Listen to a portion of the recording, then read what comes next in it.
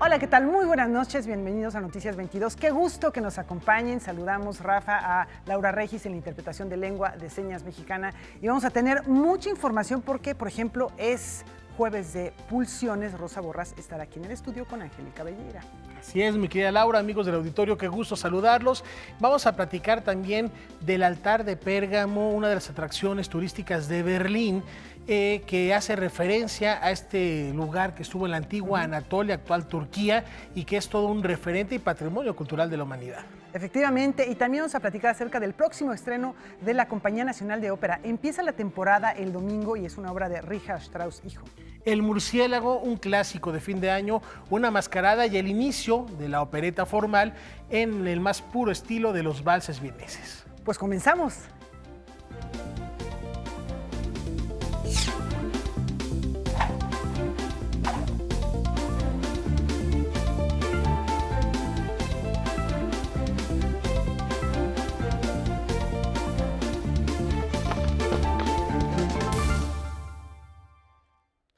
Bueno, pues ya comienza la cuenta regresiva para la temporada de premios a lo mejor del cine en los Estados Unidos.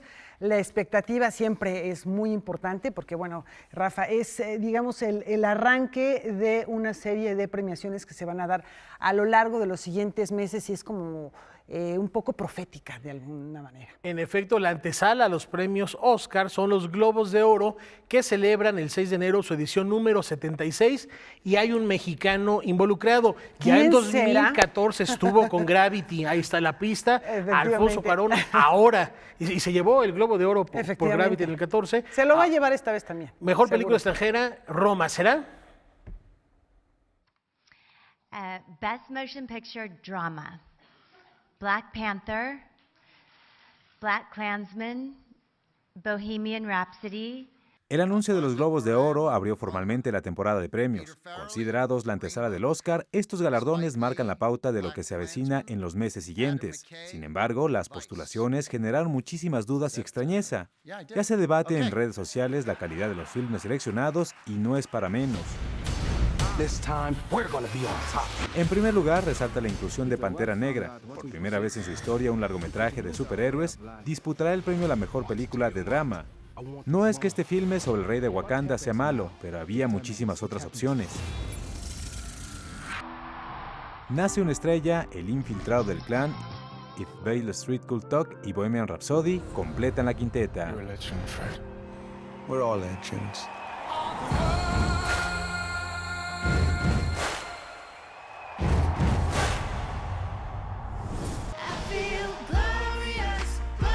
También sorprende la nominación de la película Crazy Rich Asian. Es la clásica historia del príncipe azul, sin ninguna propuesta novedosa. Una chica común descubre que su novio pertenece a una de las familias más ricas de Singapur. Evidentemente no la aceptan por su condición social. La lista la completa Green Book, El regreso de Mary Poppins, Vice y La favorita. En la categoría de Mejor Director destaca la presencia del mexicano Alfonso Cuarón. Su película Roma además está nominada por Mejor Guión y Mejor Película Extranjera. Aquí sí juega la probabilidad a favor. Después de este anuncio, lo más seguro es que Roma se quede en la quinteta final en los premios Oscar.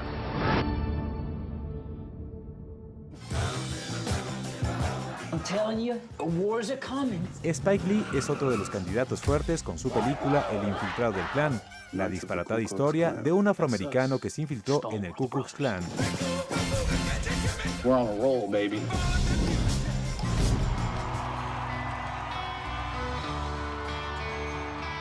Con todo lo que ha pasado, no sería raro, tomando en cuenta las poco ortodoxas nominaciones, que el ganador de la noche sea Bradley Cooper, por Nace una estrella, su primer trabajo como director. Donde no hay sorpresas es en la categoría de Mejor Animación. Dos películas se posicionan como favoritas. Por un lado tenemos Isla de Perros de Wes Anderson, una obra de arte de principio a fin, y por el otro lado está Spider-Man, un nuevo universo, divertimento puro. Las otras nominadas son Los Increíbles 2, Mirai y Wi-Fi Ralph. La gran ausente de esta entrega es la película Guerra Fría del director Pavel Pawlikowski. Mucho se pensó que este sería realmente la contrincante de Roma, de cara a la entrega de premios, pero al menos aquí la ignoraron olímpicamente. Noticias 22, Julio López. Bueno, ya lo subraya Julio en esta nota, una selección poco ortodoxa, dice él, y es interesante. Bueno, esta Guerra Fría, si la quieren ver, todavía está en la muestra de la Cineteca, tienen tiempo, vale la pena, es una gran película. Y en cuanto a las nominaciones, es raro ver cómo Black Panther, de este universo Marvel, está compitiendo con Hace una estrella, que ya esa se ha ganado varios Oscars desde que la hizo Barbara Streisand hace 30 años, y luego la volvieron a hacer, luego la volvieron a hacer. Yo, más allá de la dirección de Bradley Cooper, y Lady Gaga está nominada también como mejor actriz. Sí. No sé cuál es el criterio, no, a mí no me gustó. Yo se le daba a Black Panther o a Bohemian Rhapsody, que la verdad ahí el casting es impecable, está muy bien hecho, muy bien actuado. Una historia muy bien contada. Y se queda corto un poco en la trascendencia del personaje, pero está bien, como bien dices, Laura, bien contada.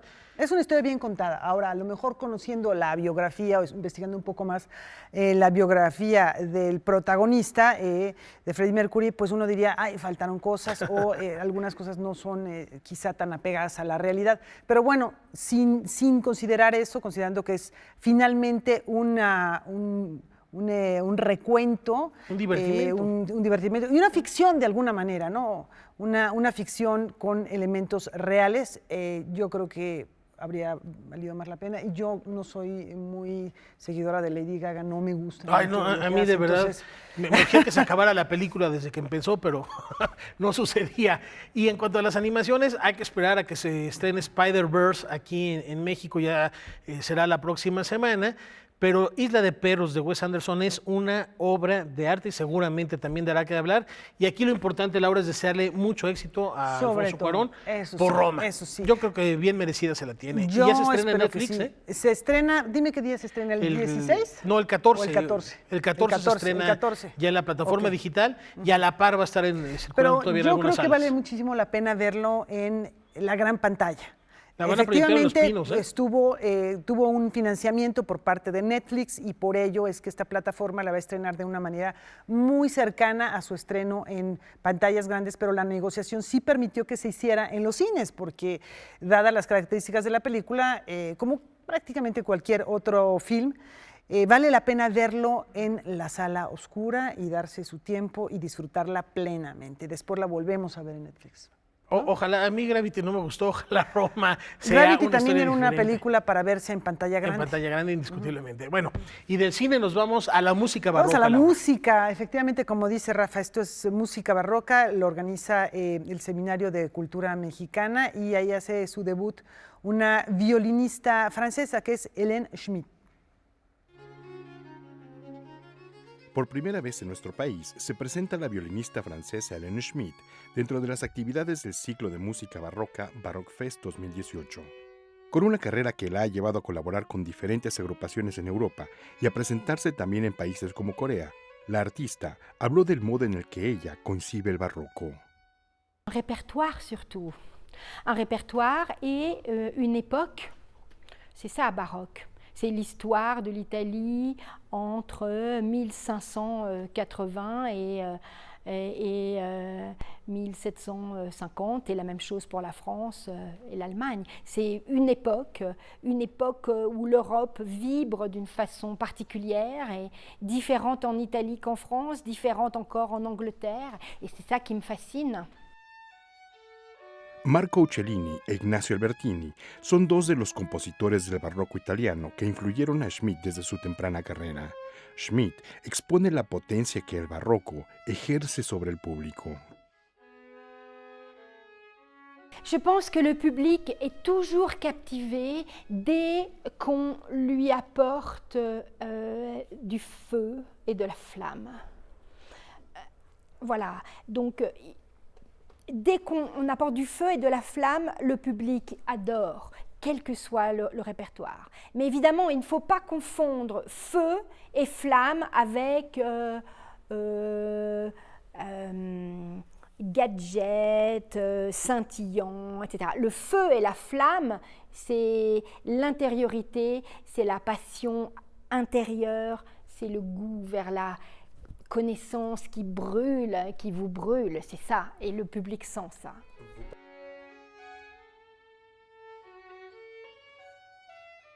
La también profesora en la ciudad de Boulogne-Billancourt ofrecerá un concierto compartiendo el escenario con el mexicano Raúl Moncada el 9 de diciembre al mediodía en el Seminario de Cultura Mexicana. Musique allemande, beaucoup de musique allemande, j'en ai fait beaucoup, et de la musique française, parce que c'est pas possible d'être française et de venir au Mexique sans montrer un peu la musique française du XVIIIe siècle.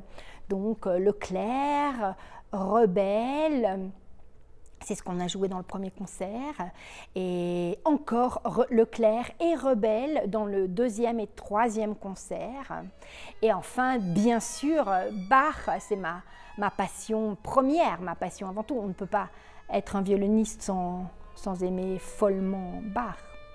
Además, Ellen Schmidt ofrecerá 2 conciertos más, uno de Navidad en el Seminario de Cultura Mexicana el 16 de diciembre al mediodía y otro el sábado 15 de diciembre en el Museo Nacional de Arte a las 11:30 horas. Noticias 22, Víctor Gaspar. Bueno, seguimos con esta llama, esta flama y esta pasión de la música que nos contagió esta violinista francesa para hablar de una ópera que es El murciélago o El murciégalo, me decías, Rafa. La RAE acepta el vulgarismo murciégalo, porque uso y costumbre, las dos palabras son correctas, murciélago o murciégalo. Bueno, es más correcto murciélago, pero bueno. Pero este es correcto. Está aceptado, sí. Ambas ya me lo acaba de aclarar y ya lo buscamos. Lo confirmamos en la RAE. Lo confirmamos. En Así fin. que bueno. Esta es una ópera, nos adelantamos un poquito en el tiempo, ya hacia el siglo XIX, con toda esta tradición vienesa de valses. De hecho, en fin de año es muy común escuchar la marcha Radetzky que compuso Strauss padre, que es con lo que cierra todos los años, invariablemente, el concierto de Christmas en Viena, Navidades en Viena, que va cambiando de directores año con año, pero es toda una tradición.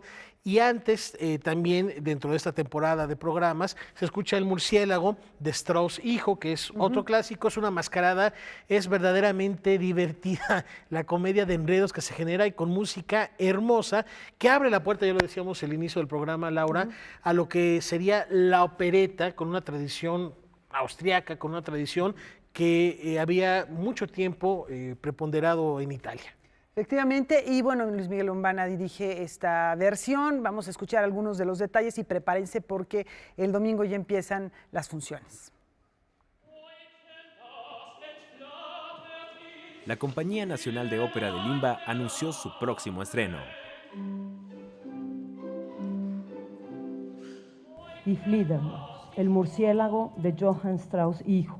Con ella, la Compañía Nacional de Ópera de Limba cerrará su exitosa temporada de 2018 y con ello también esta gestión. Esta opereta cómica en 3 actos, estrenada en 1874 en Viena, nos llevará a un fastuoso y colorido baile con máscaras que se desarrollará entre una serie de enredos, aventuras, venganzas y romances. Es Alfredo, mi pretendiente de hace 4 años cuando aún era soltera. Se trata de una comedia en la que la frivolidad, la infidelidad y las confusiones entre sus personajes se ponen de manifiesto en una partitura magistral. La dirección escénica está a cargo de Luis Miguel Lombana y la concertadora de Serva Dinic.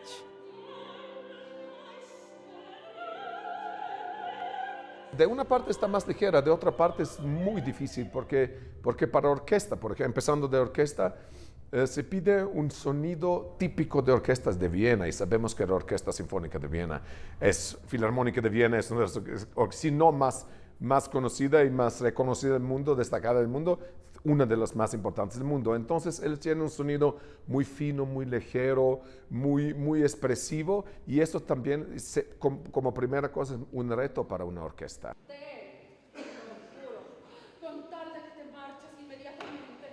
El reparto está integrado por el barítono José Adán Pérez, la soprano Marcela Chacón, el barítono Armando Gama, la soprano Claudia Cota, la mezzosoprano Guadalupe Paz, el tenor Enrique Guzmán, el bajo Charles Oppenheim y el tenor Antonio Duque. Para los cantantes hay papeles muy difíciles, como por ejemplo Rosalinde, el papel principal de soprano, que debe tener una voz grande, importante, pero también muy ligera, de otras partes con coloraturas. Eso típico que caracteriza una ópera bufa o una opereta. Muchas bromas, muchas acciones en la escena, bailar, valser. Y esos son los retos de esta ópera. De otro lado, el público debe divertirse con buen humor no es fácil, pero estoy seguro que con este elenco que yo tengo y con el director de escena, Luis Miguel Lombana, he contado hace unos días, es ya la quinta producción que vamos a hacer juntos, me da mucho gusto. El equipo creativo está conformado por Jesús Hernández a cargo del diseño de escenografía e iluminación, Yerildi Bosch en el diseño de vestuario, Marisela Estrada, diseñadora de maquillaje, y Marco Antonio Silva, responsable del diseño de coreografía. El Murciélago ofrecerá funciones los días 9, 11, 13 y 16 de diciembre en la sala principal del Palacio de Bellas Artes. Con información de Salvador Perches Galván, César H. Meléndez, Noticias 22. Bueno, yo creo que la nota nos permitió escuchar cómo es la dinámica que tiene la pieza y también un poquito cómo es la música, así que ya saben, si quieren pasar un momento agradable, dura no poco tiempo. Son aproximadamente 3 horas, incluyendo los intermedios, y algo interesante, aunque es literalmente la invitación a vivir una fiesta, un baile en las cortes vienesas, como es la tradición Strauss, desde la obertura es un vals, y de ahí en adelante nos topamos con varios valses, que es la tradición precisamente de esta dinastía, pero lo que vale la pena destacar de esta celebración, de esta fiesta, es que aunque es un clásico de fin de año, porque se ha vuelto, porque finalmente es una mascarada, literalmente se enmascaran y hay una suerte de enredos, se estrenó un 5 de abril, y con el tiempo se fue trasladando para terminar, y no solo es aquí en México, qué bueno que la podamos disfrutar, pero también en los países europeos, de manera particular en Alemania, una tradición escucharla en estas fechas.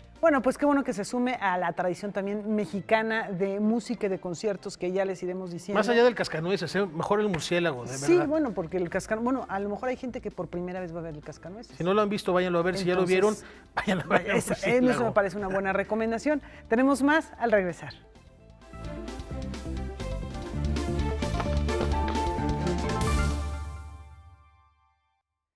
Los profesionales de la divulgación de la ciencia en nuestro país se reunieron. Y esto es con el fin de dar a conocer al público, compartir con los que ahí se reunieron, la dicha de su labor, la dicha de dedicarse a la investigación, de dedicar su vida a la ciencia.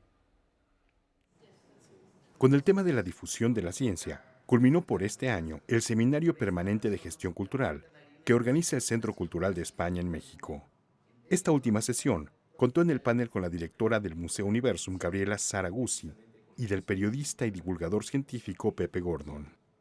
Yo creo que es un buen momento, creo que la sociedad se interesa cada vez más, pero que hace falta todavía integrarla en muchos canales, en muchos medios masivos, y sobre todo eso, acercarla desde un punto de vista horizontal, y que simplemente forme parte de la cultura del conjunto de la sociedad. El seminario se ha propuesto integrar más sólidamente a la ciencia en el horizonte cultural. Por otro lado, para Mariana Castro, encargada de ciencia en el Centro Cultural de España en México, la difusión de esta no debe sacrificar el rigor de su discurso. Yo creo que sobre todo hacerlo de una manera respetuosa hacia el público, quitarnos esta idea de que el público no le va a interesar, que no lo va a entender, y evitar esa traducción, por decirlo así, ¿no? De ponerlo sencillo para que a la gente le atraiga. Yo creo que podemos hacerlo con todo el rigor científico que merece y que el público lo tomara pues en la medida de sus posibilidades. Más aún, señala Castro, existen aún brechas de género, las cuales habría que reducir. Lo que hace falta es crear referentes femeninos, que es lo que buscamos hacer a través de este programa para las más jóvenes, al mismo tiempo que estamos reconociendo el trabajo de las científicas que ya están en el medio, y motivar a las más jóvenes. Luchar contra esos estereotipos o roles de género y sobre todo contra la idea de que existen algunas carreras científicas que son para hombres, ¿no? Noticias 22, Víctor Gaspar. Bueno, aquí permanentemente, Rafa, estamos presentando noticias, reportajes, entrevistas que tienen que ver con ciencia y efectivamente, sea que se vaya a dedicar una persona o no a este campo desde muy pequeños, desde muy jóvenes, es importante que tenga muy claro la trascendencia de la investigación científica. Además, sus diversas ramas, porque puede ser la robótica, puede ser la nanotecnología, puede ser el espacio exterior, claro. Descubrir cuáles son los conflictos entre la Las teoría de neurociencias, cuerdas y los hoyos negros. Las neurociencias son fascinantes también. En fin. La genética, bueno, la verdad es que hay campos que son sumamente atractivos y de eso se trata, que la divulgación científica se haga con más intensidad, porque a veces de pronto los investigadores están en sus gabinetes realizando cuestiones realmente fabulosas, pero que no llegan al público. Y bueno, y un abrazo a Pepe Gordon que veíamos ahí en la nota. Y mañana es Viernes de Ciencia, Noticias 22. A ver qué sorpresa nos tiene Karen Rivera para que vean el entusiasmo que también ponemos aquí para divulgar y difundir este quehacer. Muy bien. Y ahora vamos con un arquitecto y con un muralista también, originario de Tijuana. Él se llama Alfredo Gutiérrez El Libre, así es conocido por las comunidades artísticas, y él nos invita en un momento coyuntural, además, porque estamos viviendo una crisis humanitaria por la migración, y él, cámara en mano, Laura, nos invita a trasladarnos, a transportarnos en uno de los bastiones y de los elementos emblemáticos de este fenómeno. Efectivamente, a través de este tren conocido como La Bestia. Por 10 días, el artista Alfredo Libre Gutiérrez acompañó una caravana de migrantes que partió de Cuautitlán hasta llegar a Mexicali. Recorrieron la ruta del Pacífico con una cobija, una botella de agua y con la firme intención de mejorar su situación económica. El artista mexicano registró el viaje con videos y fotografías que forman parte de la exposición A Bordo de la Bestia. Pues la bestia ayuda, transporta, pero es salvaje también. O sea, si empieza a andar y tú te subes y de repente le agarras confianza, pues, se puedes resbalar muy fácil. Y por la inercia y el movimiento te jala hacia las llantas. O sea, platicas, de repente hay gente mutilada ahí en la caravana que te platica sus historias y pues son historias del terror. Pero gente también está dispuesta a arriesgar sus vidas porque ya no pueden estar en sus países. Entonces sí hay que comprender eso y tener como esta mentalidad abierta de ayudar al migrante, al hermano centroamericano que está en esa necesidad. Cada migrante carga con una historia de intimidación que les obliga a salir de su lugar de origen. La violencia de parte del crimen organizado, de parte de los gobiernos inclusive. Entonces estaban en un punto donde ya no hay forma de desarrollarse, o sea, ya es huir o la muerte, ¿no? A lo largo de los 5.000 kilómetros, los migrantes están expuestos a la intemperie. Sufren hambre, enfermedades y peligros que se les olvida cuando la gente se solidariza. Espero vengan a verla y nos solidaricemos pues con nuestros hermanos centroamericanos, que de repente hay algunas actitudes y que no benefician eso, ¿no? Entonces seamos tolerantes y ayudemos. Es una muestra que busca concientizar y exponer las dificultades por las que pasan los migrantes en su viaje. De esta experiencia también se desprende un documental y una serie pictórica del artista mexicano. Noticias 22, Óscar Cortés. Bueno, hay tantas historias que se pueden contar y qué valor de subirse a la bestia. Sí, para documentarlo, porque es mucho el riesgo, hay que darnos una vuelta a esta exposición y también reflexionar sobre lo que implica todo este fenómeno, toda esta crisis humanitaria que se está viviendo hoy de manera particular allá en Tijuana, donde termina este recorrido documental. Lo comentábamos hace un par de días de la caravana migrante con más de 5,000 personas, pasaron 400 a los Estados Unidos y apenas cruzaron la frontera, se entregaron. Muchos de ellos serán deportados, otros tantos se tendrán que comparecer ante las autoridades norteamericanas. Y demostrar que lo que están buscando es asilo por las condiciones en las que viven, un asilo político, que sería la manera en la que podrían entrar, a menos que tuvieran un trabajo, una propuesta de trabajo en los Estados Unidos, lo cual es mucho más complicado. Pero vamos a hablar de otros asuntos. ¿Qué te parece, Rafa? Porque tenemos más información de otro orden. Esto tiene que ver con el cabaret. Que no solo es para niños, digo, no solo es para adultos.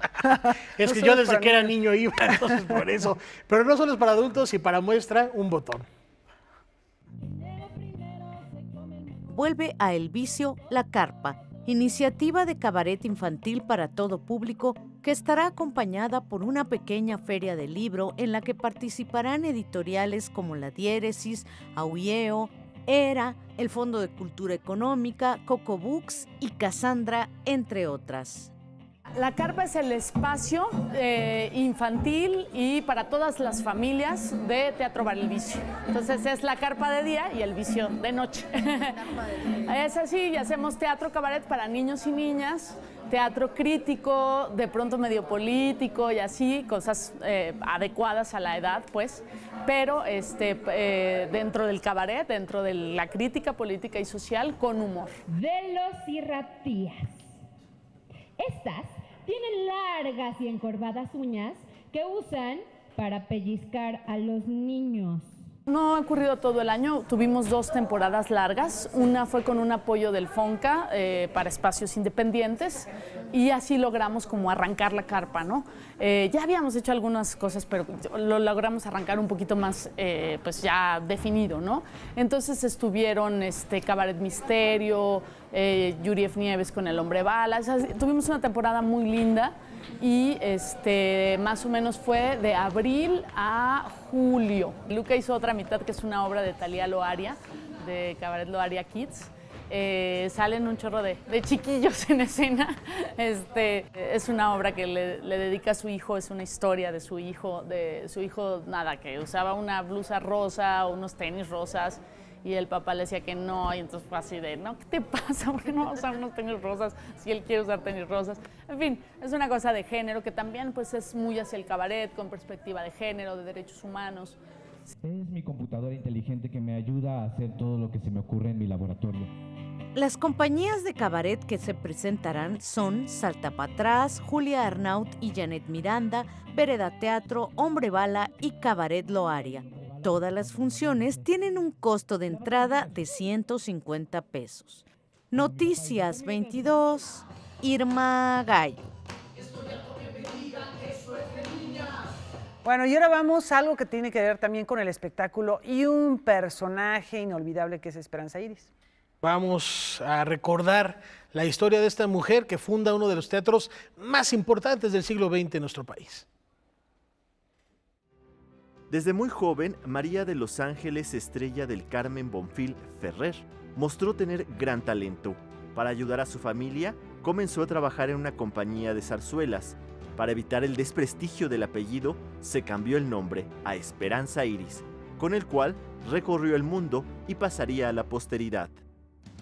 Esta mujer que logró tantas cosas en tantos lugares del mundo, de centavo en centavo, va juntando capital para construir un teatro en México. Un teatro que importó los mármoles, las luminarias, los cortinajes, porque quería hacer un teatro como la Scala de Milán. Y hoy lo sabemos, ese teatro es una joya, un ícono de nuestra ciudad, quizá el segundo teatro más importante de México, y aquí lo tenemos en México. Y allí vivía ella, en su teatro, donde hoy es el foyer del teatro. Ella abría la puerta de su recámara y podía ver lo que estaba pasando en escena. Y allí tuvo a Arthur Rubinstein, a Ana Pavlova, a Enrique Caruso. Antes siquiera de que llegaran a Nueva York, venían al Teatro Esperanza Iris. Esperanza Iris conquistó escenarios, encantó con su arte a reyes como Alfonso XIII de España, el Premio Nobel de Literatura Jacinto Benavente. El pintor Joaquín Sorolla le hizo retratos. Franz Lear le compuso piezas para su repertorio y cultivó la amistad de políticos y empresarios.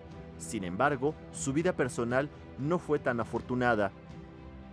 Quizá a mí lo que más me amargó la vida en la escritura es darme cuenta que una mujer que fue un gigante en escena y que lo tuvo todo el éxito a manos llenas, era tan endeble en lo emocional para unir su vida a hombres que nunca la merecieron. Pero Esperanza no fue más que hija de su tiempo, y entonces esa fragilidad como mujer queda palpable en la novela, porque finalmente no es una novela maniquea de buenos y malos o de feo y bonito. Finalmente es un personaje de carne y hueso.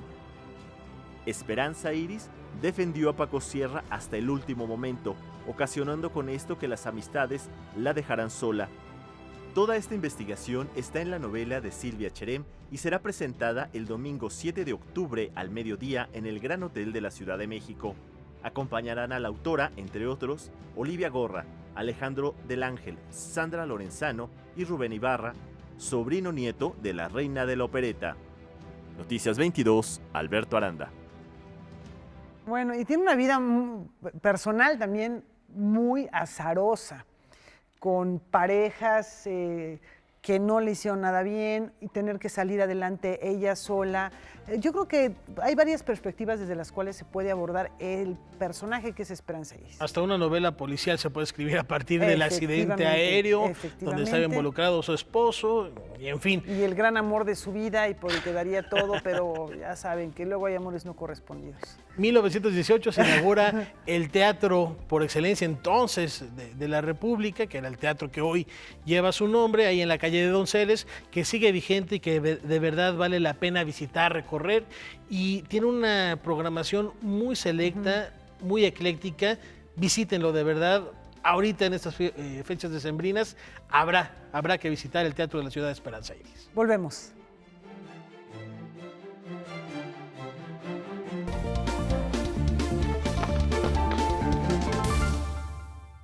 Hace 165 años, Antonio López de Santana lanzó una convocatoria para que se creara el himno nacional. Los ganadores ya los conocemos, me parece, pero ¿quiénes fueron otros participantes?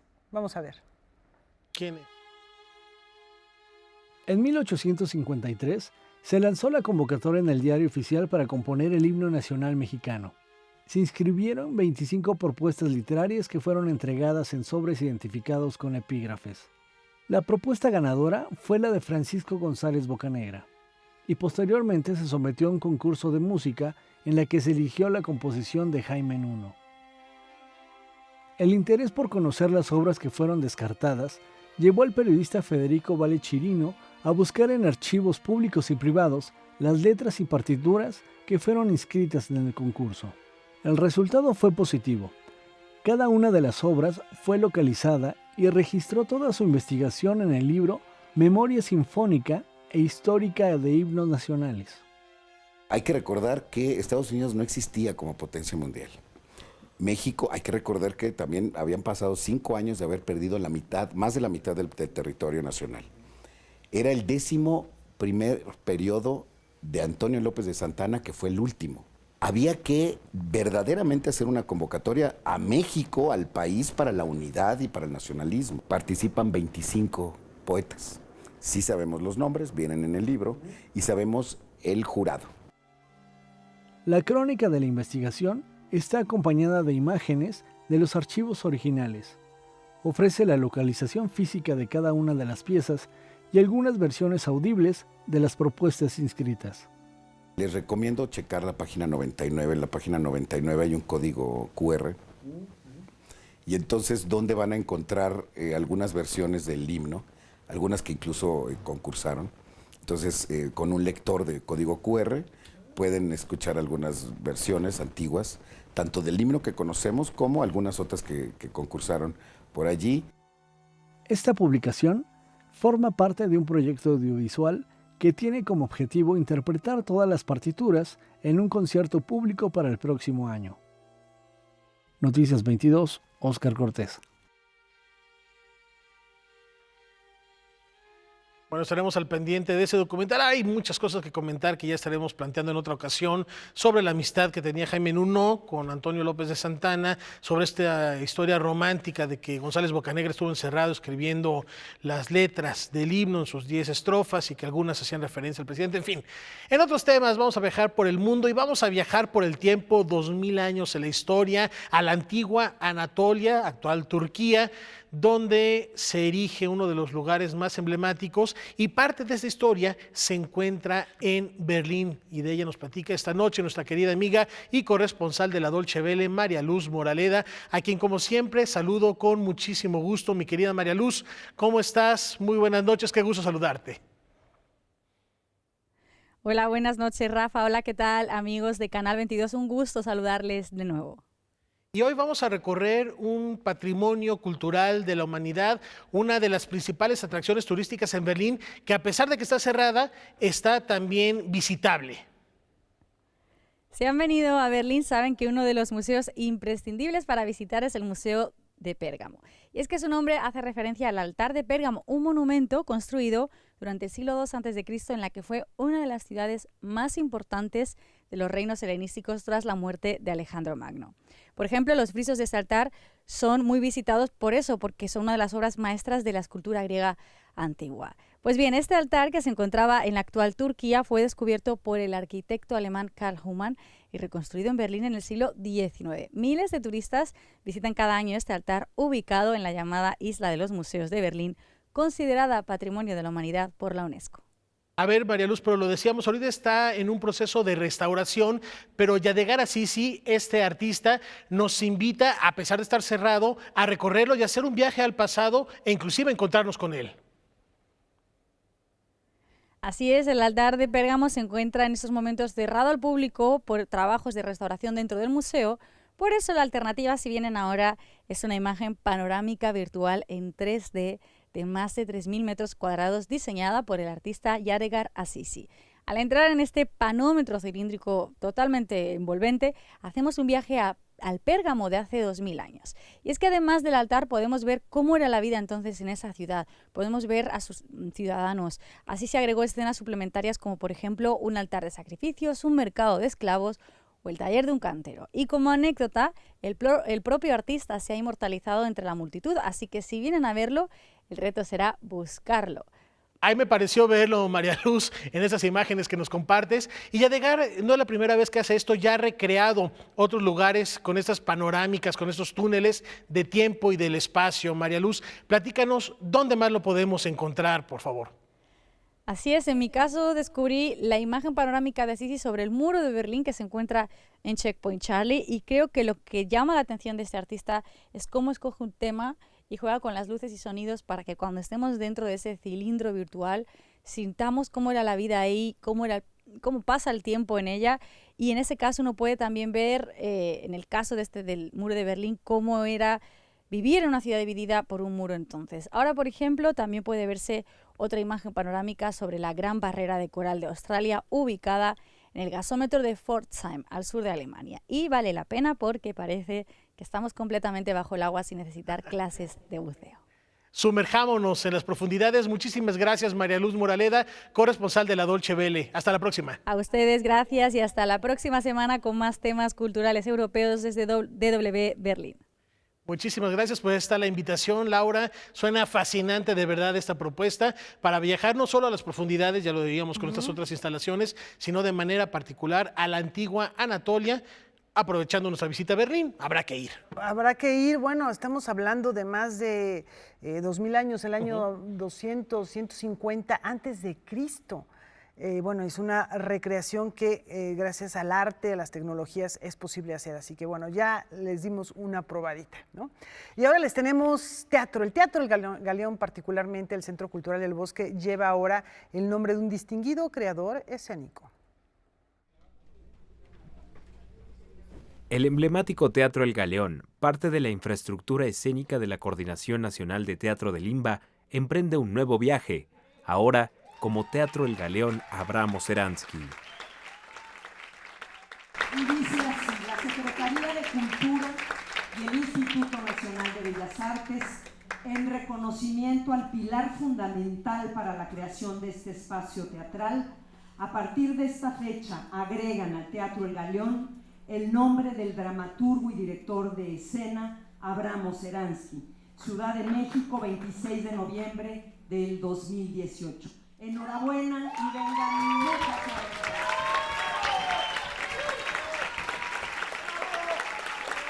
Yo me siento absolutamente satisfecho y además estar vivo, sano y en perfectas condiciones como para poder ver que todo lo realizado ha dado frutos, que el Teatro El Galeón es uno de los teatros más importantes de la República Mexicana, que el diseño, que el formato que tiene como escenario y como trayectoria se ha vuelto muy importante gracias a los actores, a los directores y a la institución que ha respaldado este proyecto por tanto tiempo. Al acto asistieron las actrices Jesús Rodríguez, Luisa Muriel, Paloma Woolrich y Gloria Núñez, el músico Antonio Cepeda y el coordinador nacional de teatro de Limba, Alberto Lobnitz. La mayoría de los que estuvieron en ese tiempo lograron grandes carreras y un significado para sus vidas, porque también lo importante del arte no solamente es el público, sino la vida de los artistas que se logran a través del trabajo en un terreno fecundo como queda en el Teatro El Galeón. El director teatral ha creado varios recintos escénicos, la Carpa Alicia, el Estudio T, entre otros, pero piensa en muchos otros más. Otros teatros que han logrado lo mismo, y esto es lo que da significado a un país, la cultura, la gente que lo logra hacer. Yo me siento sumamente nervioso e importante en este momento porque veo que aquello que de joven sembramos en este momento, pues de alguna manera me recompensa, me da significado, me dice, sí, toda tu vida invertida ha dado frutos y los ha dado muy bien, y soy feliz. Con información de Salvador Pérez Galván, César H. Meléndez, Noticias 22. Y antes de irnos a la pausa, les quiero presumir, a ver si la cámara 3 alcanza a captar lo que tengo aquí en mi mano. Es un grabado en linóleo digitalizado de nuestra invitada Rosa Borrás. A ver, ¿a qué lado lo vamos también tengo el mío. captar? Que amablemente nos comparte. Ella es la invitada esta noche en Pulsiones de Angélica Belleira. Y vamos a platicar y vamos a escuchar cuál es su propuesta después de una pausa. Volvemos.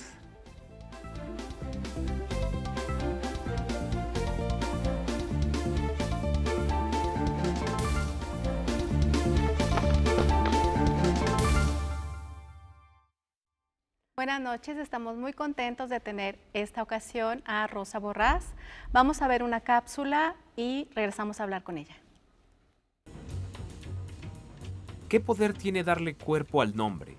A esa suma de letras que dan identidad, lugar, presencia.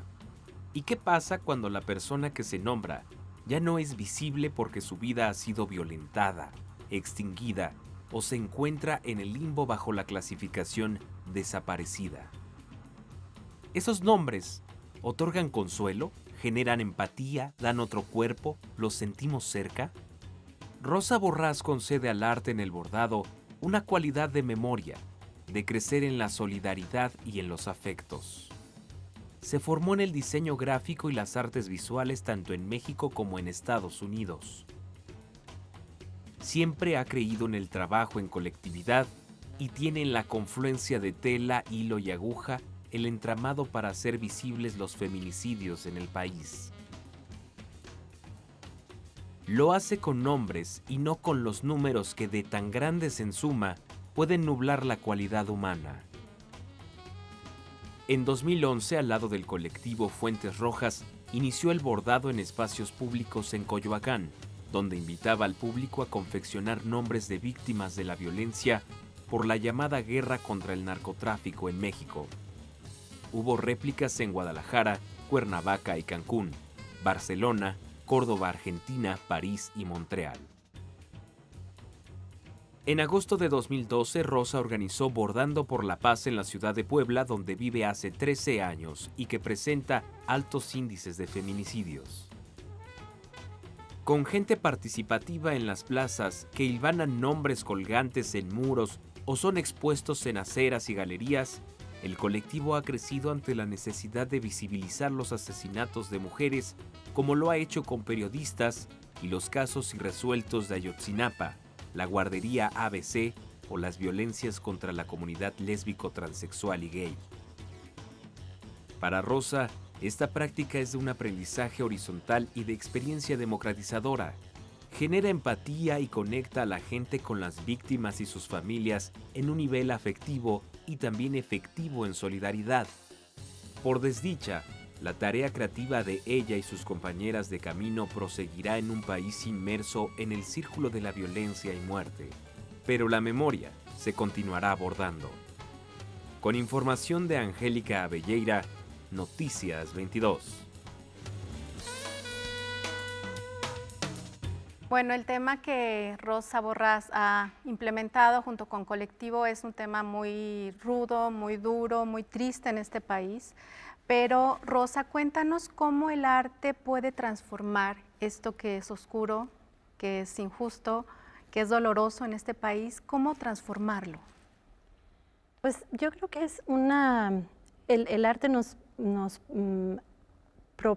propone, digamos, otras formas de abordar de manera desde los afectos, desde el corazón, lo que otras disciplinas nos dan desde la razón. Entonces yo creo que tocar lo afectivo, usar el lenguaje visual, lo táctil, lo manual, lo cercano, es lo que nos puede ayudar a transformar todo este dolor, toda esta rabia en empatía, en un lenguaje humano y afectivo, ¿no?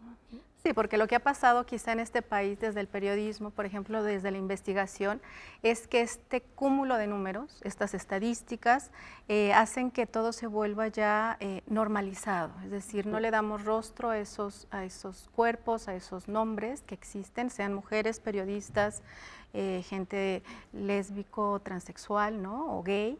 Entonces, como dice la cápsula, ¿qué significa darle cuerpo a ese nombre mediante el bordado? Es una cosa muy fuerte lo que sucede, porque efectivamente tú puedes leer cifras, por ejemplo, puedes leer que en Puebla llevamos, no sé, X número de feminicidios y es un número, pero cuando empiezas a abordar el nombre, qué edad tenía, la fecha en la que fue encontrado el cuerpo, estás creando una empatía y unos lazos directos con esta situación, ¿no? Entonces es justo enlazar de otra forma, ¿no? Y ahora, bueno, en las fotos que hemos visto de todos los actos que han hecho en Puebla y que ha habido réplicas en muchas ciudades del mundo, ¿cómo se da esta convivencia? Es decir, hay señores grandes, hay niños, platican, ¿cómo se da esta convivencia? Ay, es muy bonito porque cuando estás en la plaza pública, que la intención es que estas bordadas se generen en los espacios públicos para retomarlos también y reapropiarnos de estos espacios que nos pertenecen y recuperarlos de la violencia, es como muy festivo, a pesar de que se están bordando tragedias, ¿no? Y a veces están los familiares de las personas, de las víctimas, hay una sensación de esperanza, ¿no? De que yo estoy teniéndote confianza, se genera confianza en el otro, se genera una horizontalidad, ¿no? Como yo decía, las personas mayores les enseñan a los jóvenes, los hombres les enseñan a las mujeres muchas veces, se rompen todo tipo de estereotipos, entonces es como muy pacífico justamente, y la intención, que sí yo creo en mi experiencia se logra, es justo restituir el tejido social del que tanto se habla, ¿no? Entonces es muy interesante cómo se establecen relaciones y se establecen vínculos afectivos bien fuertes y bien como duraderos, ¿no? Incluso gente que al principio se sumaba y decía, pero esto no, ¿de qué sirve, no, bordar? ¿Para qué vamos a lograr bordando? Bueno, no podían dejar de ir, ¿no? Entonces iban cada domingo y entonces se va haciendo como esta familia de bordadores, ¿no? Y lo mismo sucede a distancia, ¿no? Que veíamos que hay réplicas en muchas ciudades Y los vínculos son fuertísimos, ¿no? Yo creo que es muy necesario y alguna fibra vital toca. ¿Qué es lo que viene para Bordando por la Paz? ¿Cuáles son los proyectos, digamos, inmediatos? Pues mira, Bordando por la Paz Puebla específicamente, porque cada colectivo se va adaptando a las necesidades del contexto específico en el que surge y en el cual se mantiene. Entonces, para Bordando por la Paz, ahorita lo que estamos haciendo es bordar feminicidios del estado de Puebla y también estamos haciendo otras bordadas que responden también a las necesidades de la comunidad. En Puebla hay varios periodistas independientes que tienen sus propios medios y estamos apoyándolos bordando los nombres de los periodistas, por ejemplo. Ahora lo que queremos es poder sistematizar el archivo para que funcione como un archivo de memoria que pueda ser utilizado no solo por los familiares, por los artistas, sino por investigadores, porque finalmente es memoria, ¿no? Estamos haciendo la memoria en el momento en el que está sucediendo. Entonces hay que sistematizar todo eso. Rosa, cuéntanos, y para cerrar casi, ¿en qué sitio podemos ver en página web de Bordado por la Paz o de tu propia página para que el público pueda observar tu trabajo?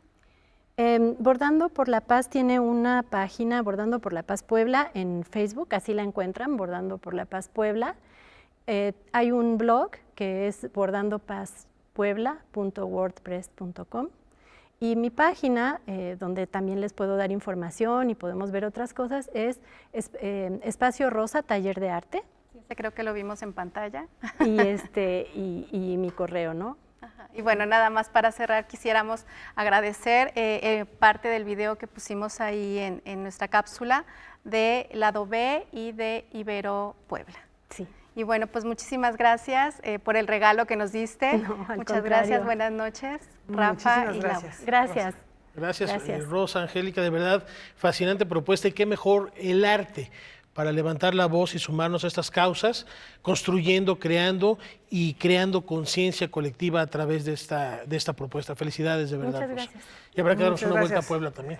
Efectivamente, aprovechamos para ir a Puebla. Y además a través de algo que requiere una cierta parsimonia que permite la reflexión y no una práctica que pues es veloz, sino que se da su tiempo, y ese es un tiempo en el cual los sentimientos, las emociones pueden de una manera pues más profunda llegar.